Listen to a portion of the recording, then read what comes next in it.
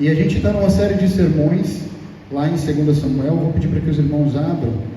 Em 2 Samuel, hoje nós vamos ver o capítulo 5 de 2 Samuel. 2 Samuel, capítulo 5. Na semana passada a gente viu um pouco de como que Davi, esse jovem rei, ele foi se crescendo em temor diante de Deus, como que Deus foi forjando o caráter de Davi.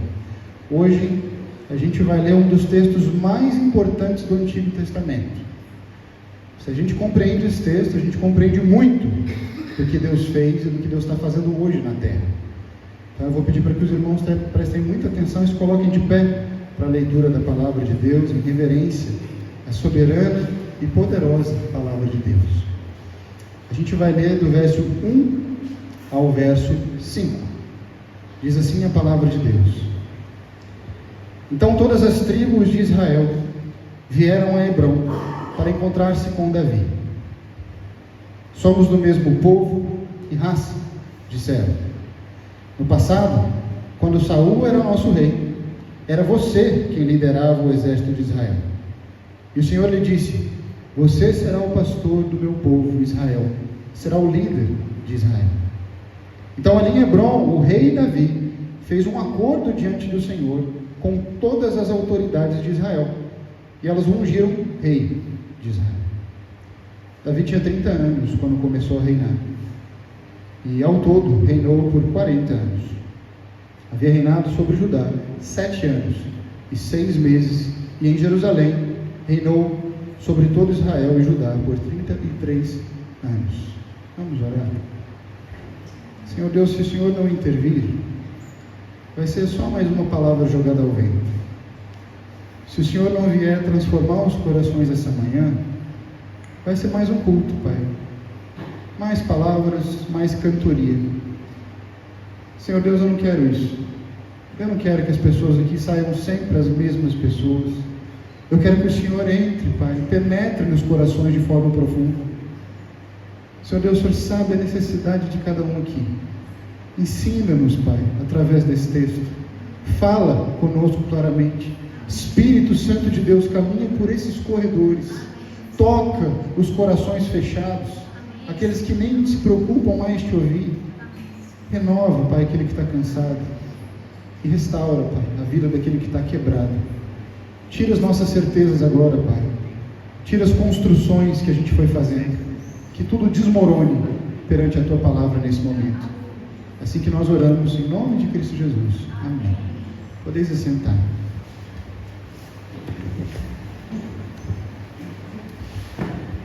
Quem é que governa a sua vida? Quem é que governa a sua vida? Eu vou perguntar mais uma vez. Quem governa as suas decisões? Quem governa a sua forma de viver?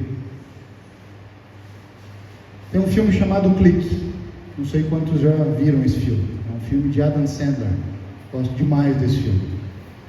E nesse filme a gente vê a história de um homem que tem muita atividade na vida. Uma vida ativista, como a nossa é hoje. Muitas demandas, muita necessidade. Muitas exigências da vida. A esposa quer uma coisa, os filhos querem outra. Ele é um arquiteto, então ele trabalha demais, ele se entrega muito para o trabalho. E ele se vê totalmente exausto. Ao que um anjo aparece para ele no filme. E o anjo oferece para ele um controle. Você quer um controle da sua vida? Um controle remoto mesmo, como de uma televisão. E com esse controle ele pode adiantar a vida, em alguns lugares que ele não se sente muito confortável, que ele não quer viver, ou que ele se enfadonha. Às vezes ele pode pausar, ele só não pode voltar no tempo. Mas ele pode até diminuir o volume. Tem uma hora que ele está discutindo com a esposa, ele diminui o volume da esposa gritando com ele.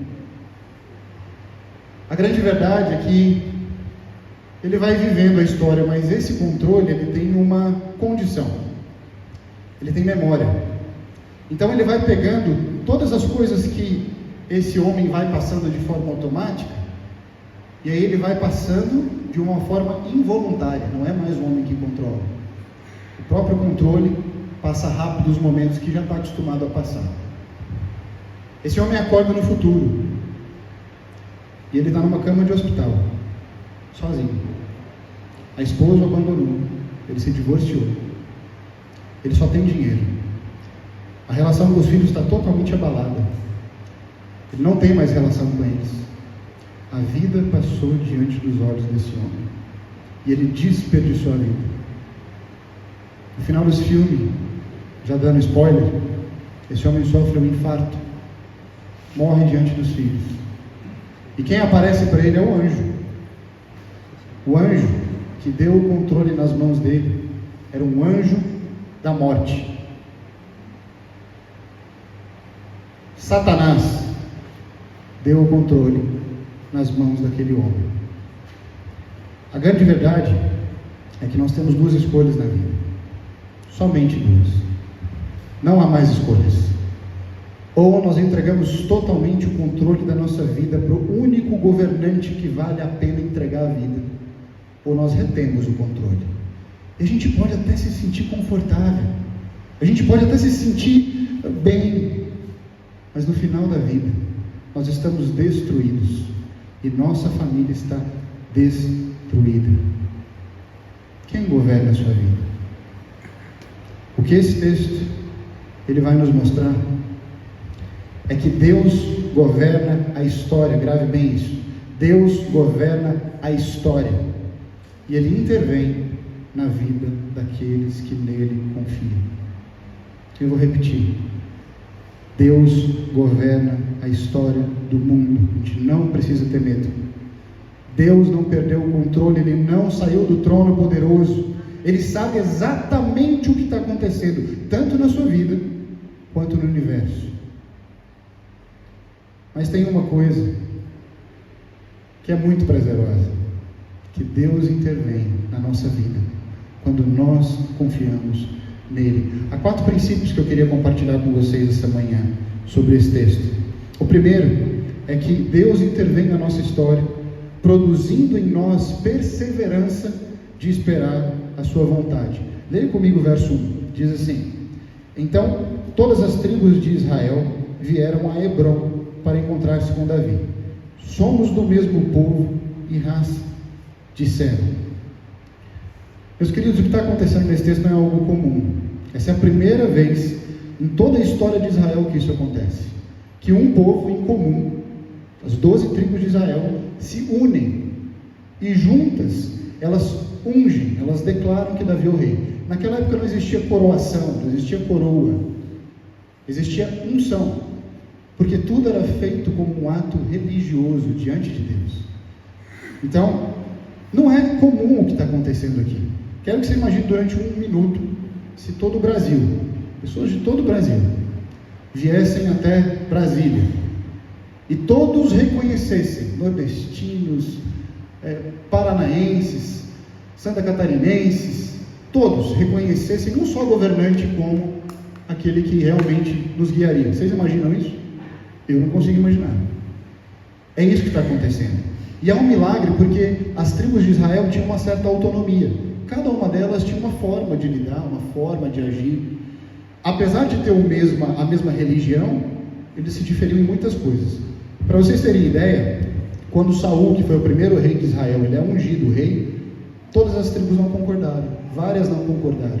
E algumas demoraram muito para reconhecer Saul como rei. Então o que está acontecendo aqui é um verdadeiro milagre.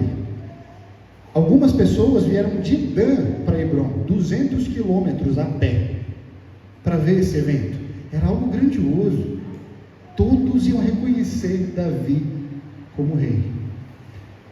Mas o mais impressionante é que esse não é um evento grandioso para Davi, só porque ele está sendo ungido rei. Presta bem atenção. Esse é um evento grandioso para Davi, porque a história da sua vida passa diante dos seus olhos. Davi tinha 30 anos de idade quando ele é nomeado rei. Mas eu fico imaginando ele diante daquela multidão, diante de pessoas de todas as tribos, ele vendo aquele milagre acontecer. Eu fico imaginando um filme que se passa na vida de Davi. Com aproximadamente 15 anos, Davi é ungido por Samuel, rei, para substituir Saul, que era um rei mau. Um rei que não compreendeu que Deus era o governante de sua vida. Deus exclui Saul da história. E aí ele unge Davi, ele escolhe Davi como rei. Ao que Davi, esse jovenzinho, começa a carreira dele até se tornar um rei de verdade, até ser consumada a promessa de que ele seria rei. Olha o que acontece. Davi é ungido rei por Samuel. Ele vence a grande batalha contra Golias. Creio que todos aqui conhecem a batalha. Ele vai levar pão e leite para os seus irmãos, desprezado pela família. E quando chega lá, ele vê um homem poderoso, gigante, insultando o exército de Deus. Ele fala o quê? A causa de Deus é a minha, o povo de Deus é o meu, você aqui não tem lugar. Golias estava 1 mês insultando o povo. E esse jovenzinho chega com uma pedra e mata o grande Golias. Depois disso, Davi vence várias guerras. E Saul fica com muita ira, muita raiva de Davi. Afinal de contas, o cara estava sendo mais exaltado que ele em vários aspectos. Fala o quê? Você não. Começa a perseguir Davi de forma feroz. É como Hitler fez com os judeus. Não sei se os irmãos sabem, mas em certo ponto da história, Hitler deixou a Segunda Guerra de lado. Ele estava tão obstinado em matar judeus, a vida dele se torna com o propósito de matar aqueles homens. E ele perde a guerra também muito por causa disso. Aqui o que acontece é isso. Saul se torna obstinado em querer matar a Davi. O rei, nomeado por Deus, precisa deixar sua família, Mical e seus filhos. Precisa deixar seu amigo, seu fiel companheiro de jornada, Jonatas, porque esse homem louco o persegue. Ele tem que se fingir de louco. Vocês imaginam um rei ter que se fingir de louco para sobreviver? Ele fez isso enquanto estava fugindo. Ele teve que se esconder em cavernas. Ele teve dificuldade financeira. Ele passou frio. Ele teve que ver pessoas que ele amava morrendo por causa dele. Eu não imagino a dor que isso pode ser. Aimeleque era um sacerdote que protegeu Davi enquanto ele fugia de Saul. Quando Saul descobre isso, Saul mata Aimeleque. Então imagina tanto de coisas que esse homem passou. Depois ele se torna líder de rejeitados. O rei, ele tinha sido nomeado rei, irmãos. Ele estava sendo líder de um exército de rejeitados, escondido em caverna. Depois ainda, ele é nomeado rei de Hebrom. Mas quando finalmente Saul morre, ele vê uma guerra civil se instalar no país. Será que esse homem não ia ter paz nunca? Será que a promessa nunca ia chegar? Que Deus que é esse que fala e demora tanto? Davi esperou cerca de 20 anos. 20 anos. 20 anos de humilhação. 20 anos de perseguição. 20 anos de ter que ver a sua família longe. 20 anos de ter que ver o seu amigo longe. Meus irmãos, imagina o filme que se passava na mente de Davi. 20 anos em que ele sabia que o Deus que promete, cumpre. O Deus que falou não é homem para mentir, nem filho do homem para se arrepender. E Davi guardava isso no coração. Agora ele está diante do povo. E olha o que o verso 1 ainda diz. Olha comigo. Somos do mesmo povo e raça. Isso aqui no hebraico significa osso do osso, sangue do sangue. Nós reconhecemos que você é o nosso representante, Davi. Nós reconhecemos que depois de tudo que você sofreu, nós escolhemos errado. Nós escolhemos um rei segundo os nossos padrões, segundo a nossa forma de identificar o mundo. Esse rei abandonou a Deus, você não. Você lutava as guerras, agora você é nosso líder. Ao que Deus fala com ele, olha que coisa linda. Você será o pastor do meu povo Israel. Agora não é só mais uma lança na mão. Agora você vai ser o responsável por trazer o povo à minha presença. A honra que Davi sentiu. Davi esperou a vontade de Deus se cumprir por 20 anos. Meus irmãos, quantos de nós esperam uma semana e a gente já está apontando o dedo para Deus, dizendo que Ele é incompetente? Quantos de nós exigimos de Deus um direito, como se ele devesse alguma coisa para a gente. Veja, Davi esperou em Deus, ele não estagnou e ele não exigiu. Espera em Deus não é exigência, espera em Deus não é estagnação. Estagnar é parar por completo, sentar e esperar ele fazer alguma coisa. Davi fez isso. Muitos de nós esperamos em Deus estagnados nele. Nós achamos que realmente a gente está esperando no caráter de Deus, mas não. Deixa eu explicar uma coisa para vocês. A espera em Deus nos faz caminhar rumo à sua direção. Esperar em Deus é caminhar. Existe uma música do Marcos Almeida que diz isso. Eu me lembro enquanto eu estava esperando a Sejane, 9 anos de espera, muito tempo. Eu confesso para os irmãos que eu estava cansado de esperar, cansado de sofrer algumas humilhações. Alguns diziam até que eu era homossexual. Eu escutei isso, do meu próprio pai, aliás. Então, eu escutei esse tipo de coisa. Mas, meus amados, enquanto eu esperava a Sejane, eu andava com homens que me ensinavam o que era ser um homem de verdade. Eu falei, eu preciso caminhar com essas pessoas que têm experiência, que sabem o que é estar casado por anos, que são fiéis às suas esposas. Eu não posso ficar parado, estagnado. Eu vejo muita gente dizendo que está esperando em Deus, mas não aceita os pequenos processos de Deus na sua vida. Não aceita as pequenas demonstrações que Deus coloca na nossa frente para se agarrar, para crescer em temor, em obediência. Eu vejo gente que quer ser missionário, mas não quer estudar.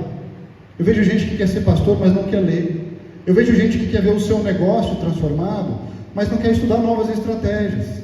Eu vejo gente que quer salvar o seu relacionamento, o seu casamento, mas não empenha tempo, 20 minutos para conversar com a sua esposa.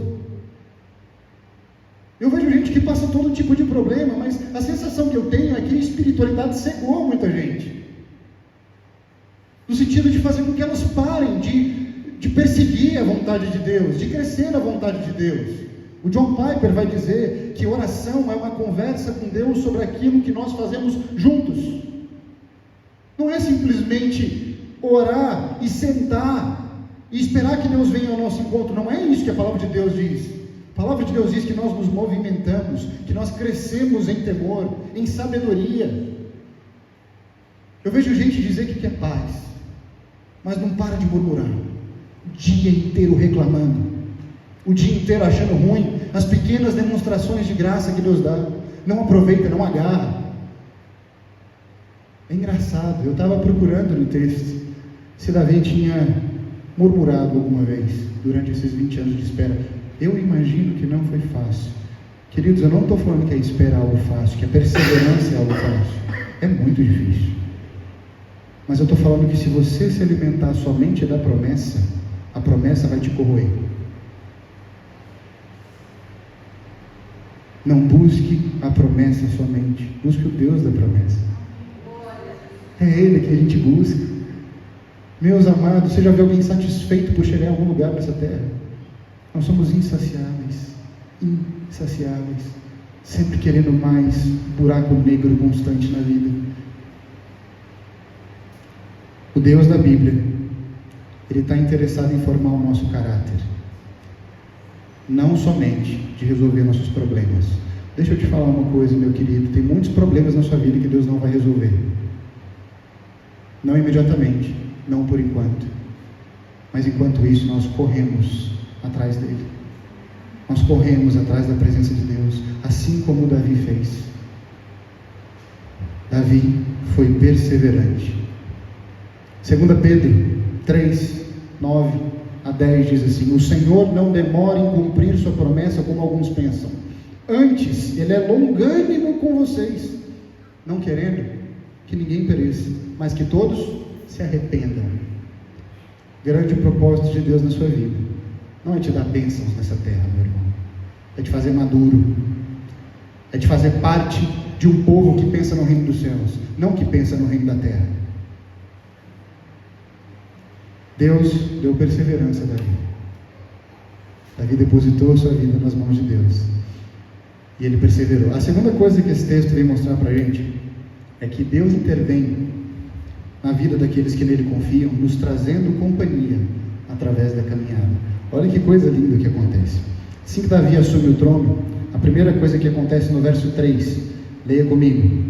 Então ali em Hebrom, o rei Davi fez um acordo diante do Senhor com todas as autoridades de Israel. E elas o ungiram rei de Israel. Ele fez um acordo com todas as tribos. Vamos caminhar junto mesmo? Eu sei que Deus está me colocando aqui, mas vamos caminhar junto, vamos fazer um acordo. Além disso, o verso 11 vai dizer, leia comigo.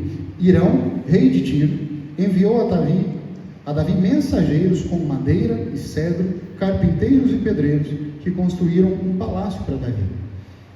Irão era um rei da Felícia, de Tiro. A capital era Tiro, uma cidade extremamente desenvolvida, povo sábio, povo que tinha uma arquitetura muito bem elaborada. E ele manda cedro, ele manda carpinteiros, ele manda pedreiros para ajudar Davi. Meus amados, Davi nunca caminhou sozinho na história, nunca. Para um rei se estabelecer naquela época, ele precisava ter 3 coisas: filhos. Davi tinha muitos, ao que a gente sabe no texto bíblico, Davi tinha mais de 19 filhos. Então Davi era próspero nesse sentido, tinha muitos filhos. Precisava ter alianças, companheiros de jornada, não caminhar sozinho. E precisava ter um lugar para se estabelecer, uma capital, um lugar forte, uma fortaleza. Davi não caminhou sozinho. Vamos ver o histórico de Davi, o que foi acontecendo? Olha só, Davi, grande rei. Samuel foi provavelmente o discipulador de Davi, aquele que ensinou ele a caminhada com Deus, aquele que fez Davi amadurecer. Jonatas, fiel companheiro, era aquele que Davi derramava o coração. Cara, tá difícil, me ajuda. É aquele que ele derramava, creio que constantemente eles davam relatórios um para o outro, falando das dificuldades, falando de como estava sendo a vida da esposa. Mano, Mical hoje, tô triste com Mical. Talvez Davi chegava e dizia para Jonatas. Era um companheiro de jornada. Abigail, eita, mulher sábia, mulher muito sábia. Abigail é tão sábia que ela impede Davi de derramar sangue inimigo. Esposa de Davi. Jado era um dos guerreiros da elite de Davi, companheiro, estava sempre do lado direito dele. Joabe é o comandante do exército. Pensa num cara fiel até o fim. Absai era irmão de Joabe. Itai o Geteu, esse é muito legal. Ele era um dos valentes de Davi, um dos 30. Um homem que ia todo lugar que Davi ia, que se escondeu com ele na caverna, passou bons bocados com ele. Aimeleque, é o que eu já citei. Esse para mim é impressionante. Um sacerdote, um homem de Deus, que entrega a vida para proteger Davi. Meus amados, Deus intervém na história, nos dando companhias na caminhada. E uma coisa que a gente precisa entender é que na palavra de Deus não existe lobo solitário. Não existe isso na Bíblia. Está tendo um efeito aí fora hoje, e eu sinto muito por isso, porque essas pessoas elas vão sofrer as consequências. De pessoas que acham que igreja não é necessária. De pessoas que dizem que depois do culto online está tudo certo. Irmãos, eu escutei pastores falando isso para mim. Dizendo para mim, não, agora a moda é culto online. Eu falei, você não sabe, mas você vai destruir a vida de muitas dessas pessoas. Sabe por quê? O que nos faz amadurecer é o relacionamento. É fácil ser igreja, meus amados? Não é nem um pouco. Quem diz que é? É muitas vezes incômodo, aliás. Eu tenho que vir prestar conta para o Dário, prestar conta para o Gabriel, ter que falar dos meus problemas, ter que me expor. Assim, sinceramente, se alguém gostar aqui de ficar expondo sua vida, me fala. Eu não conheço uma pessoa que gosta. Mas é nisso que a palavra de Deus diz que há fundamento para a vida. Veja, Jesus não veio salvar CPF. Há uma onda de pessoas aí fora hoje que dizem que não precisam de igreja, que minha espiritualidade está toda ok com Deus. Me mostra onde está isso na Bíblia. Me mostra onde que você caminha sozinho na Bíblia. Eu não estou falando caminhar com alguns amiguinhos, eu estou falando de ser igreja. Eu estou falando de vir todo domingo, um dia após outro, numa longa caminhada na mesma direção. Tem um monte de gente aí fora orgulhosa, achando que consegue viver a vida sozinho. Eu tentei, eu falo para vocês. Durante um tempo eu não entendi direito o que era a igreja local e a importância que ela tem na vida do cristão. Missionários normalmente têm esse problema. Eu passei anos fora do Brasil. E nesse tempo fora eu não tive um povo para chamar de meu, uma família para chamar de minha. Como isso foi maléfico para mim. Eu cheguei no Brasil quase em depressão, para os irmãos terem uma ideia. Triste. Procurava igreja uma depois da outra. Triste. Meus amados, deixa eu te falar uma coisa. Culto só se falta por uma grande necessidade. O Antônio não veio hoje porque a mãe dele faleceu. Mas a constância do culto é que vai transformando o nosso caráter. Se não, desculpa, é só mais um ato religioso. É só mais uma dimensão de religiosidade. E deixa eu te explicar uma coisa, não é só estar aqui presente também. É travar relacionamentos profundos. É chamar o outro para tomar café com ele. É não buscar pessoas por afinidade. Eu já vi pessoas dizendo assim, eu vou no pequeno grupo que eu tenho mais afinidade. E igreja não é sobre isso. Não existe igreja de skatista. Não existe igreja de idosos. Não existe culto não existe isso. Existem povos de todas as raças, tribos e línguas que se reúnem diante de um só Deus para exaltar o nome dele e para aprender a ser gente de verdade com ele. Como que você aprende isso? Saindo da sua zona de conforto.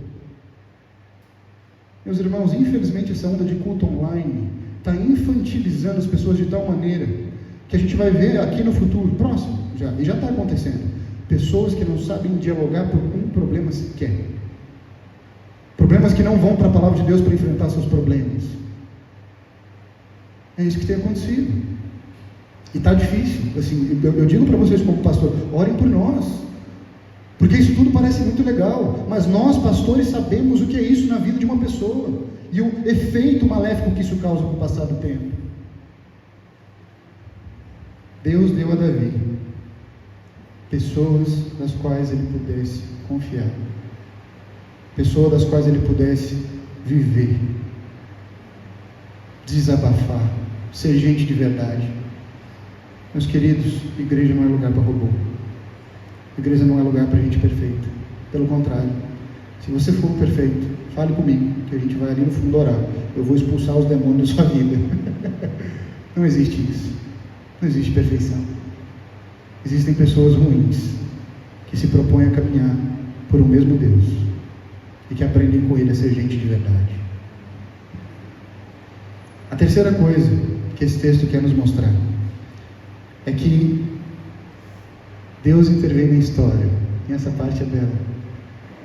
Ele intervém na história e mostra para a gente que não há inimigos grandiosos demais para que Cristo vence, para que Deus vence. Não há causas difíceis demais para Deus. Verso 6, leia comigo. Então o rei partiu com seus soldados para Jerusalém, a fim de lutar contra os jebuseus que viviam naquele lugar. Veja, a história de Davi não começa fácil como rei. Eu imagino que quando ele se torna rei, ele deve ter pensado assim, agora vai tranquilizar, né? Promessa se cumpriu, está tudo certo. Não. Quanto maior a responsabilidade que Deus nos dá, quanto mais tarefas Deus nos dá, mais Ele exige de nós. E mais Ele vai provar aonde que realmente está o nosso caráter. Fundado, fundamentado. Se é no meu poder, se é na minha governança, se é na minha forma de agir, ou se é na dele. Davi tem dois gigantescos desafios quando começa esse texto. Gigantescos. O primeiro é esse. Ele sai para lutar contra os jebuseus. Como eu falei para vocês, 3 coisas são necessárias para uma pessoa se estabelecer como rei. Davi tinha filhos, Davi tinha alianças, só que Davi ainda não tinha um lugar para ele reinar. Hebrom não era a capital que Deus queria para Davi. Ao que ele diz para Davi, vai até a fortaleza dos jebuseus, que era Jerusalém. Meus amados, Jerusalém era uma cidade que tinha uma fortaleza tão imponente, os muros eram tão largos, tão altos. Alguns estudos dizem que algumas partes da muralha chegavam a 48 metros de altura. Imagina isso, naquela época. Era gigantesco, era uma estrutura massiva. Tanto que muitos povos tentaram entrar e tomar a fortaleza dos jebuseus. Ninguém conseguiu. Impossível. Ao que Deus fala para Davi, vai nessa missão impossível. Vai lá, toma a fortaleza. Os jebuseus olharam para Davi, e o texto vai dizer que Eles olharam para Davi e falaram assim: Davi, seguinte, até aleijado e cego consegue proteger essa fortaleza. Você não vai dar conta de entrar aqui. Para com essa ideia. Até cego e aleijado consegue entrar aqui. Ao que Davi, guiado pelo Espírito Santo e por Deus, ele encontra um lugar, uma passagem de água, um duto de água. E Joabe provavelmente passa por esse duto. Houve uma discussão durante um tempo muito grande se existiu ou não essa passagem ali na muralha, porque ela era considerada intransponível. Agora, em 1892, Sir Charles Warren, um arqueólogo, descobriu que realmente existiu o duto. Comprovou que realmente existiu o duto. E provavelmente Joabe passa por ali, penetra na cidade, e eles conquistam a cidade de Jerusalém. Meus amados, Salmo 20, abra comigo esse Salmo, por favor. Salmo 20, versos 7 e 8. Abra comigo.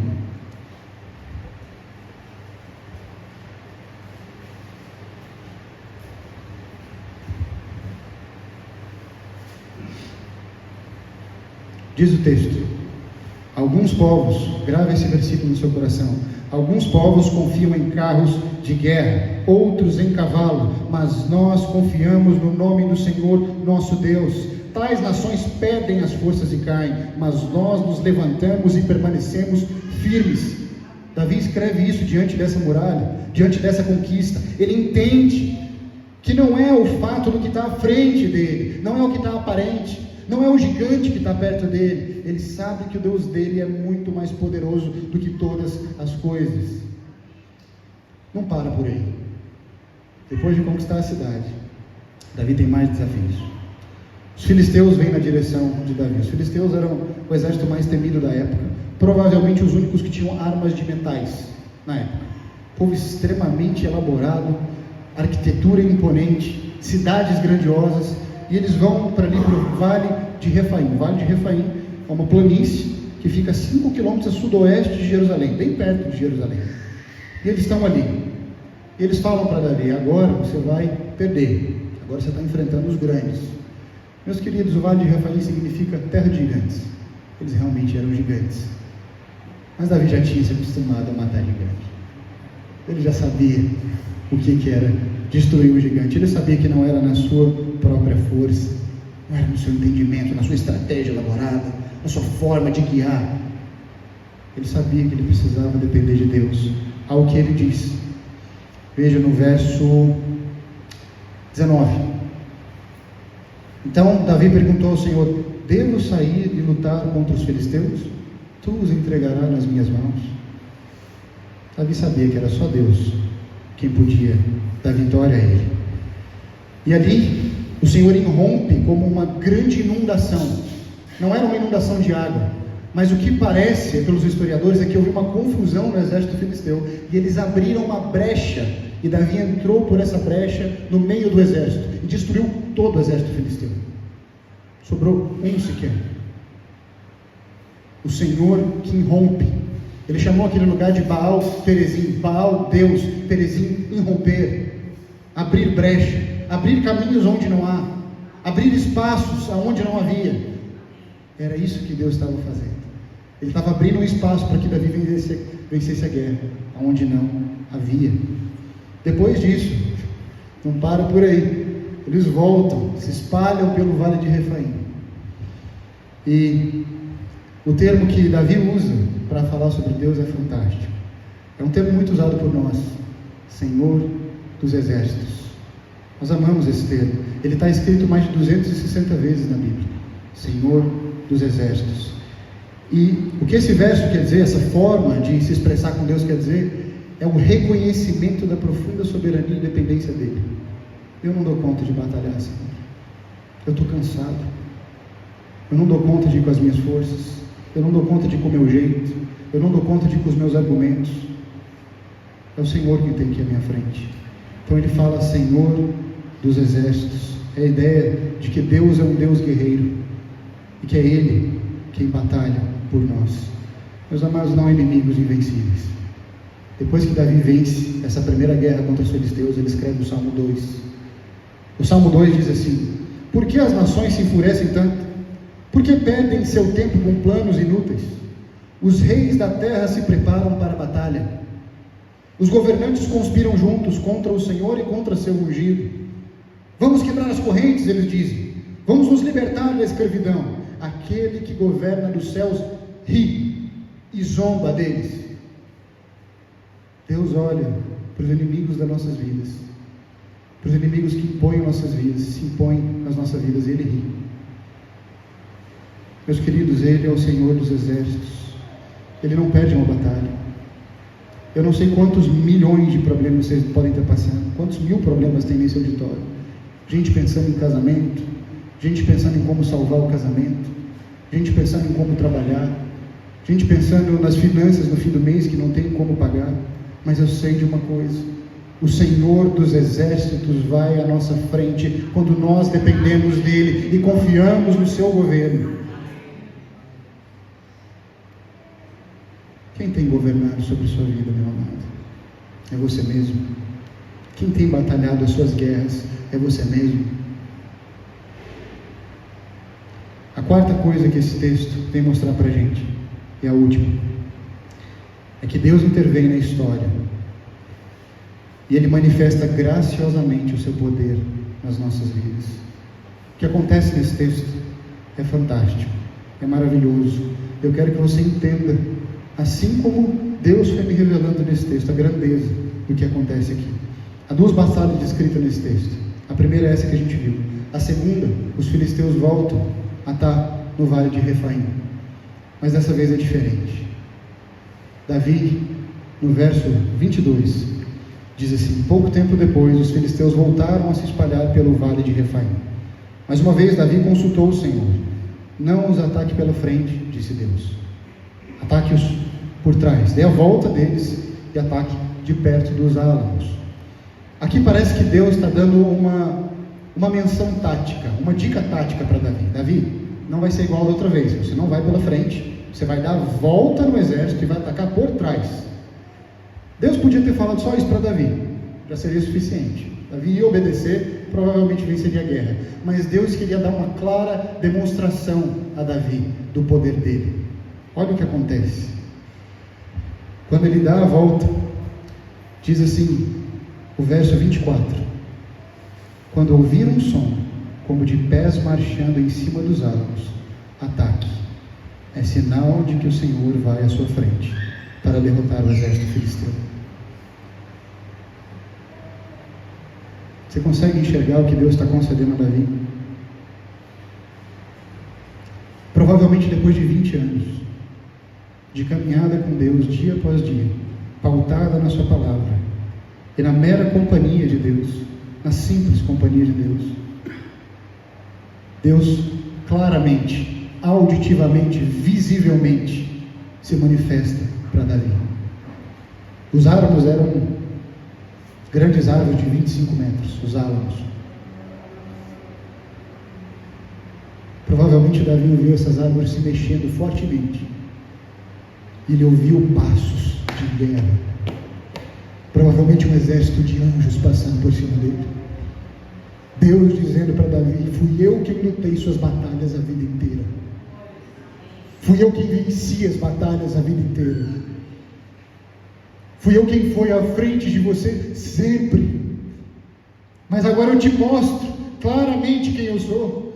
Eu te faço experimentar claramente aquilo que eu faço, audivelmente, visivelmente.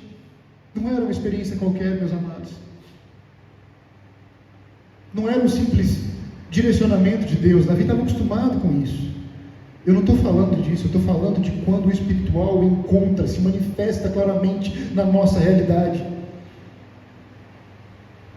20 anos para que Davi tivesse essa experiência. Eu vejo pessoas hoje exaltando o que se chama de teologia da experiência. É só base na experiência.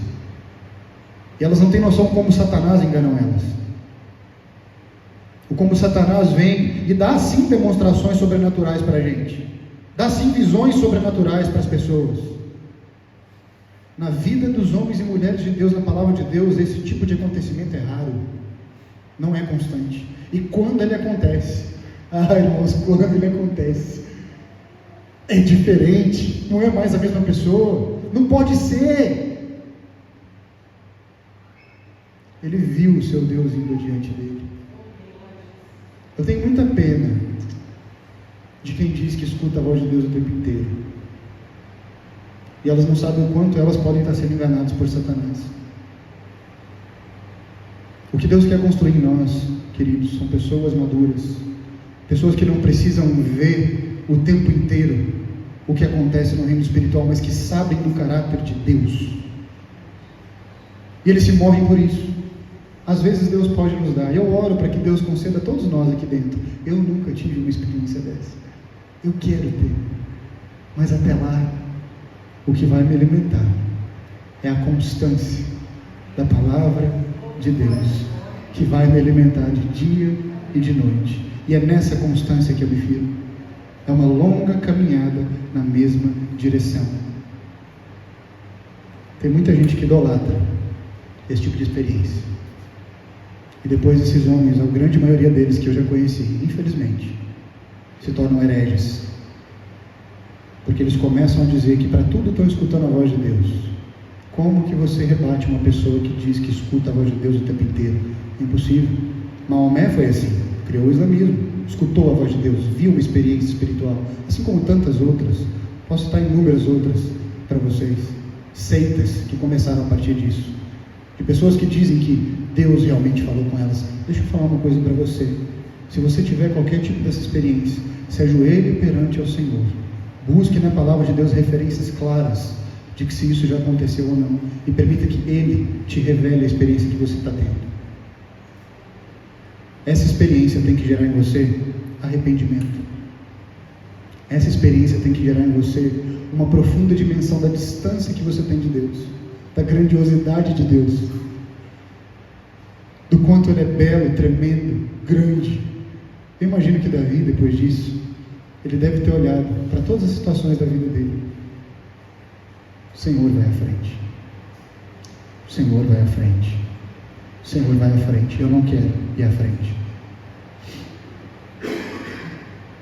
Meus irmãos, com quem está o controle da sua vida? Está nas tuas mãos? É você quem tem pegado o controle para pausar, para diminuir o volume do que você não quer?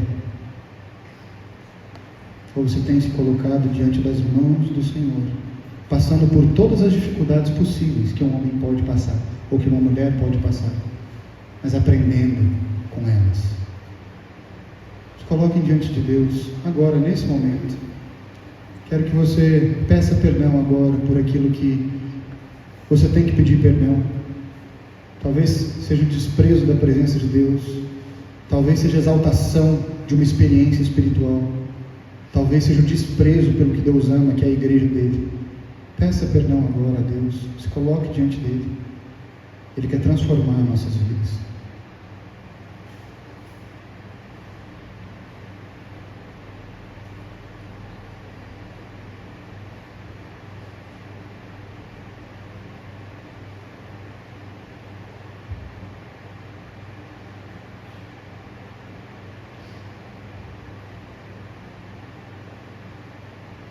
Senhor Deus, nós sabemos que o Senhor governa a história, Pai.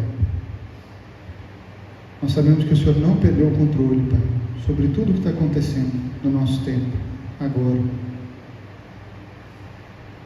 Mas, Senhor Deus, nós queremos te pedir perdão. Perdão, Pai, por querer roubar o controle das Tuas mãos. Perdão, Pai, por achar que a gente consegue guiar a vida com a nossa capacidade. Perdão, Pai, por querer guiar os nossos relacionamentos com base em nós mesmos. Perdão, Pai, colocar experiências acima até do Senhor. Perdão, Pai, não se voltar para a Tua palavra diariamente para basear nossa vida nela. Senhor Deus, nos ajuda como igreja a amar o que o Senhor ama, a odiar o que o Senhor odeia. Nos ajuda a nos aproximar de Ti, Pai, para que nossa vida não seja, Pai, mais uma vida nessa terra. Mas, Senhor Deus, que nós possamos realmente apontar para o Deus das causas impossíveis, apontar para o Deus que governa a história, e reconhecer, Senhor Deus, que o Senhor intervém nas nossas vidas. Intervém, Pai, intervém hoje. Essa é a minha oração, te agradecendo em nome de Cristo Jesus.